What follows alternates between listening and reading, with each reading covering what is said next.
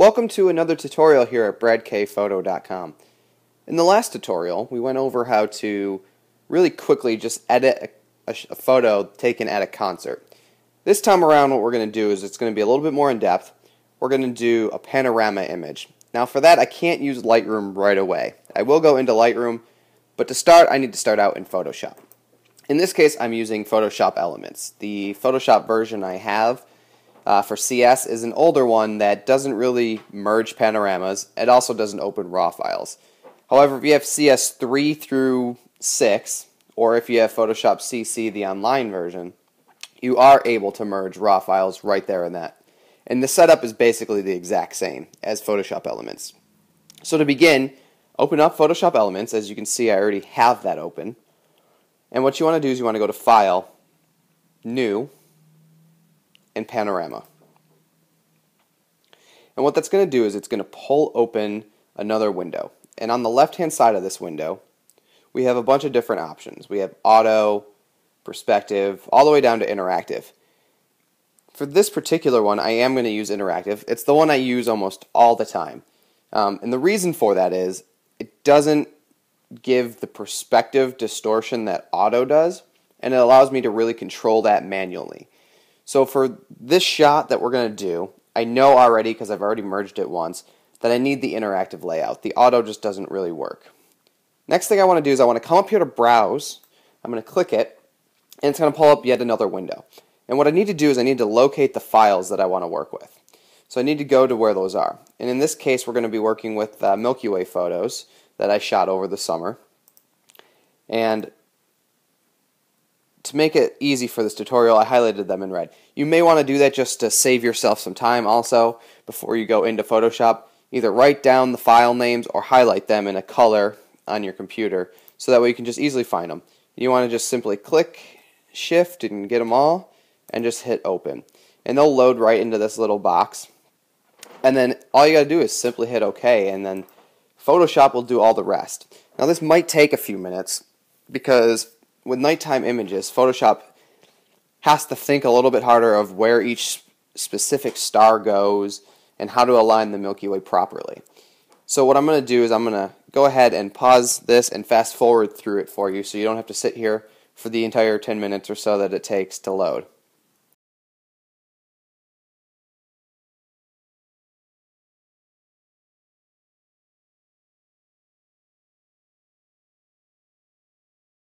Okay, so Photoshop has loaded all these images to where it thinks they need to go. And so what I'm looking at right now is all those images I opened stacked together and blended for a preview image. That's one of the reasons I really like this interactive, is because then all I got to do is sit here and I can click on one of these, and if I wanted to move it, I could move it. However, because I like the way this shot looks exactly as is, I'm not even going to touch it. So all I'm going to do now is hit OK. And what that's going to do is it's going to manually layer mask each image and basically give you exactly what you just saw in that previous window.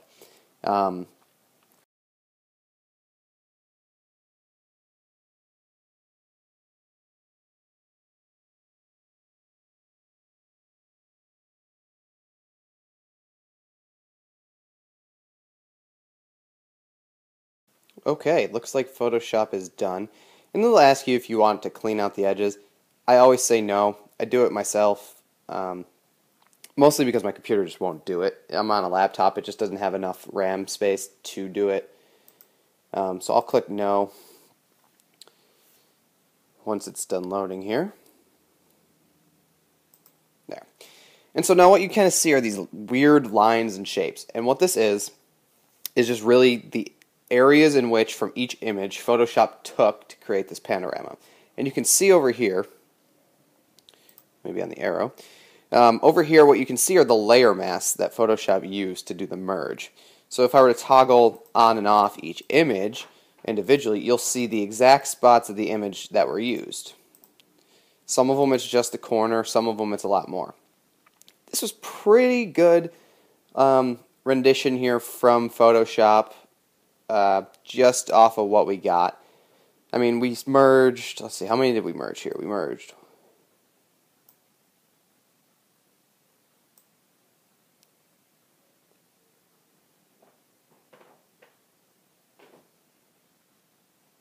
we merged 9 images into one panorama here. So for Photoshop to take that long to do it is really not that bad. I think it took me 3 hours once to merge a 12-shot Milky Way panorama, and I had to do it manually. I will go over that at some point. I don't think I'm going to go over it right now. It's pretty advanced Photoshop blending and not really where everyone is right now with these tutorials. I will go over it at one point, though. So right now, this image needs to be flattened in order to be cropped properly, and anything done to it properly. So what that means is I need to take all 9 layers and merge them into one single layer. So for this program of elements, what I can do is I can right-click on those images all highlighted and just simply say Flatten Layers, or Flatten Image. And what it's going to do is just compress all those into one background image. It'll remove all those individual little lines you see, just like magic. And what you're left with is a whole complete image. Now what you want to do is you can crop it in here or you can crop it in Lightroom. I personally crop everything in here before going into Lightroom. It's just a little bit easier. What I'm going to do is I'm going to find my crop though. I need to find exactly where I want it to be. And I think what I'm going to do is a special little trick. So I like how this crop looks, but as you can see, there's a lot of white space. I'm going to show you how you can fix that real quick. Right now what I'm going to do is click the little check mark in Elements here because that's what they do. They make you ask if that's really what you want to do. And it cropped my image. Now there's white here in the corner and white all along this edge. I'm going to start with that upper corner. It's real simple. I click on my Clone Mask tool. I want to increase the size of my brush. There's 2 ways you can do that. You can use the bracket button next to the P to increase the size down or up, depending on which one you click. Or you can just simply come up here to Size and change the size of the brush that way. You also want to make sure that your brush has a hardness of 0. In order to do that, you want to find one like this. That soft round pixel. I've already chosen mine. Thank you, I already know that. And what I'm going to do is I'm going to hit the Option key on my keyboard, or Alt if you're using a PC. I'm going to select that area as close to this as I can get, and I'm just going to run it down. And what that does is it just clones the sky, and it fills in that hole. I can't, however, do that over here. If I try to do that over here, it's going to give me some really weird stuff, and it's going to look funny on replication. So to fix this, what I'm going to do is I'm going to click on my background layer. I'm going to create a new layer of the background. So if I turn it off, they look identical so far. And the first thing I'm going to do is I'm going to go Command or Control on a PC and the letter T. And what that'll do is it'll allow me to move my image. And it's just using my arrow key. All I'm doing is moving my image over more.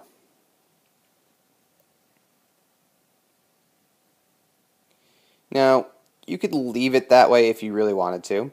You're not really affecting the Milky Way. I personally am not going to leave it that way. That's just kind of my base image. So if you look at it now, when we turn it on and off, what you'll see is that we have this weird line right here. There are a couple of ways you can get rid of that. And we still have a little bit on the bottom. We can fix that. But what we're going to do is we're going to do a layer mask. And I'm going to turn down my opacity.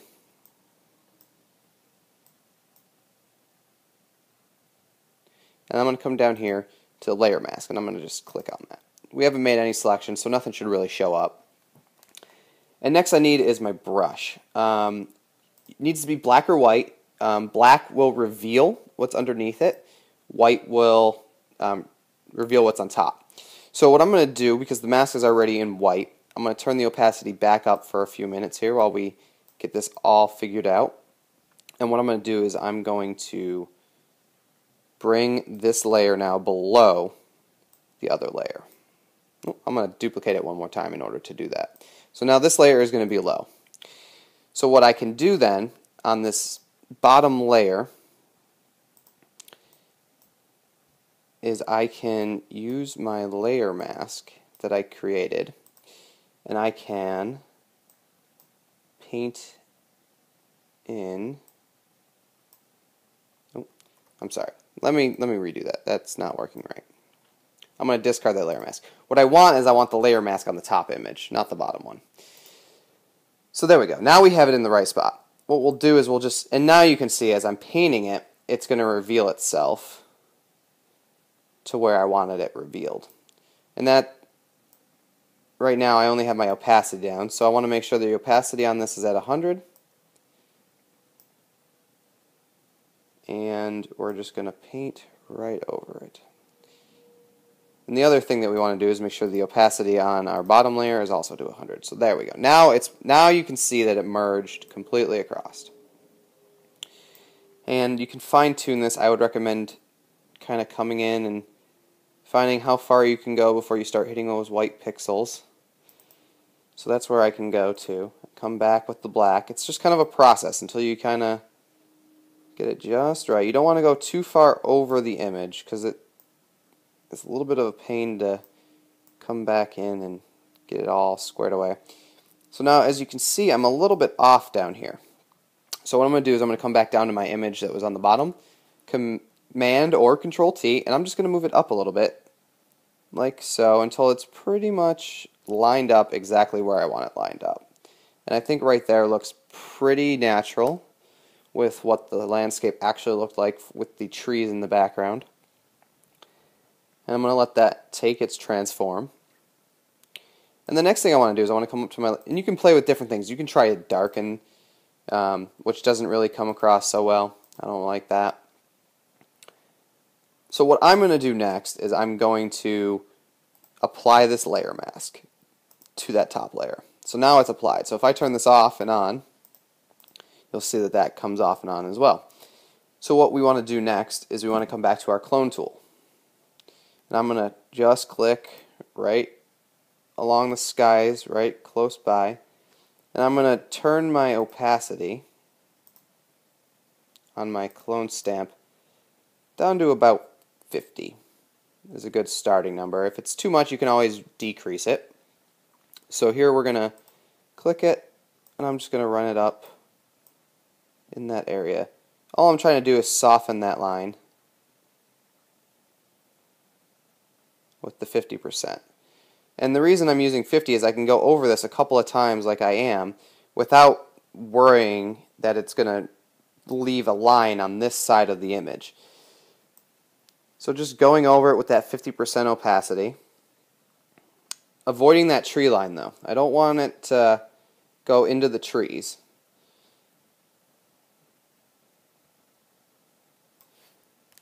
And so now you can see that we've basically gotten rid of that line. I'm going to do a little bit more, but I'm going to turn my opacity down even more. This time I'm going to go maybe 19 to 20% here on the opacity. And I'm going to choose a little bit of a different spot on it. I'm going to choose right here just to give us a little bit of extra color to play with up there. I'm going to choose right here. Just something to help blend that line together a little bit more. And then here. And so now, as you can see, we've eliminated a lot of that line. I can still see a little spot I want to work on.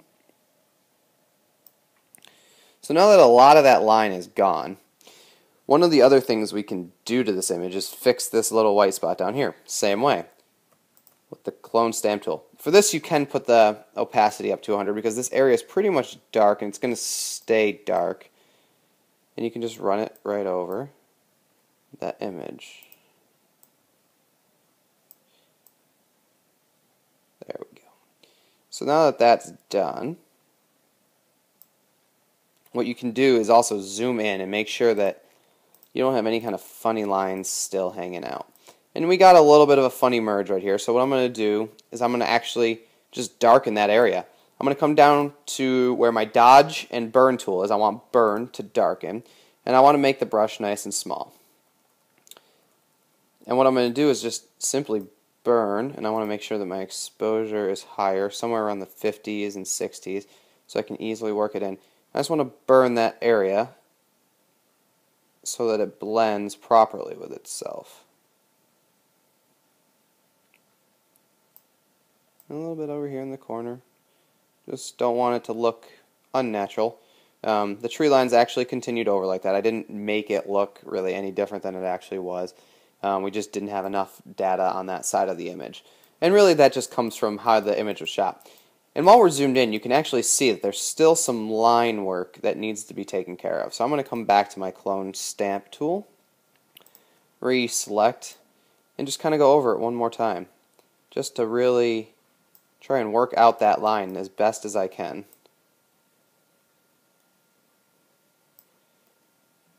And you can see right now what happened is I'm at 100% opacity. So in Elements you can go ahead and hit Command or Control Z, depending on what you're using, and it will undo all that. If you're on Photoshop CS, you can just simply go into your history window and just click back a couple of spots. I want to decrease my opacity again. This time I'm just going to go about 30%, select my area of the image I want, and just kind of brush out any of that line that still exists while I'm zooming in. This is one of the really good things about zooming into your image before you actually export it to go into Lightroom, is you can actually still fix any of these little minute details that need to be taken care of. Now that I'm getting close to the tree line, I also want to decrease the size of my brush, just so we don't mess up the trees.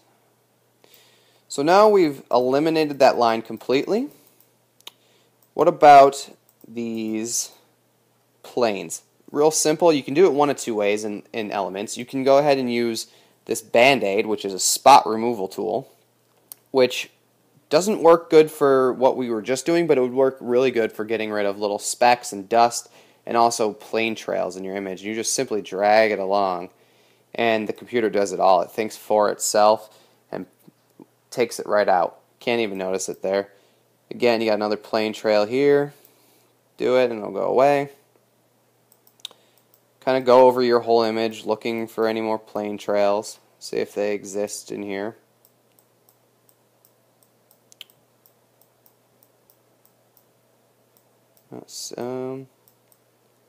We have a satellite tail here. I'm going to leave the satellite tail. It kind of adds a little bit of extra dimension. You can tell that it's not a plane because with the planes they would be individual dots running across the sky from the lights flashing on the wing. Satellite trails, however, are straight lines without any dotting. So that one is a satellite. We can leave that. Here you have another satellite. This was also during a meteor shower, so it's also possible it was a very faint meteor. More likely a satellite, just given the length of the shot and the length of the tail. Most meteors tend to be short and shoot right through. And when you merge a panorama, you're going to get lots of these satellite tails because you're merging 8 shots. So you're not getting them all in one shot. You're getting them over the course of 8 different shots. And there's literally thousands of satellites in space orbiting Earth at all times. And I don't think there's any more planes in this image, so I'm going to zoom back out. I'm going to fit the screen, and it looks pretty decent. I want to do a little touch-up on this cloud, just because when it merged, it did merge a couple of those shots together. I'm not going to use a huge brush. I'm going to use my opacity right about 29 to 30%. I'm just going to choose a spot in the cloud, and I'm just going to kind of go over this line just a little bit, just to smooth that cloud out. And that's it. This photo is now ready to go into Lightroom. But before I can do that, I just have to merge it down one more time as a flattened image, compress all those layers. So because we used raw files here, what we need to do is we need to export it as a TIFF file. So you go up your file, save as, and what that'll do is it'll pull up another window that'll allow you to choose exactly how you want to save this file. So here it is.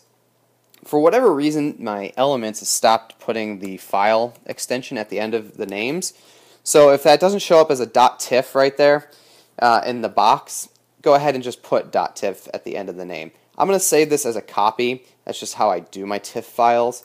And I'm going to say this is the vertical panorama, Milky Way number 2. Because I've already done this image once, pardon me. and I want to save it in a specific spot. Right now it's not in the right spot. So what I'm going to do is I'm going to go back to my windmill folders. As you can see, I've already saved the vertical panel once, and we'll compare and contrast the original shot, because every time you do a panel it'll be a little bit different. As I explained in the last tutorial, every time you edit an image, you edit them a little bit differently each time. So I'm going to save this file now, and it'll take just a moment. And what we're going to do is we're going to close out Photoshop once this saves. Now, the reason that we choose a TIFF file is because it's uncompressed. So all that light data and all that imaging data that we got with the raw files on the camera are still in this image. We're not really losing all that much. Whereas if you were to save it as a JPEG and then try to edit it, JPEGs are compressed, so it loses all that data. It just dumbs it right down, and you can't really work on a JPEG image. Photoshop has saved that. What I'm going to do is close this out, and that's going to be the end of part 1 of this tutorial. So check back tomorrow for part 2 of the Panorama tutorial, where we finish this image out in Lightroom. We'll see you guys next time.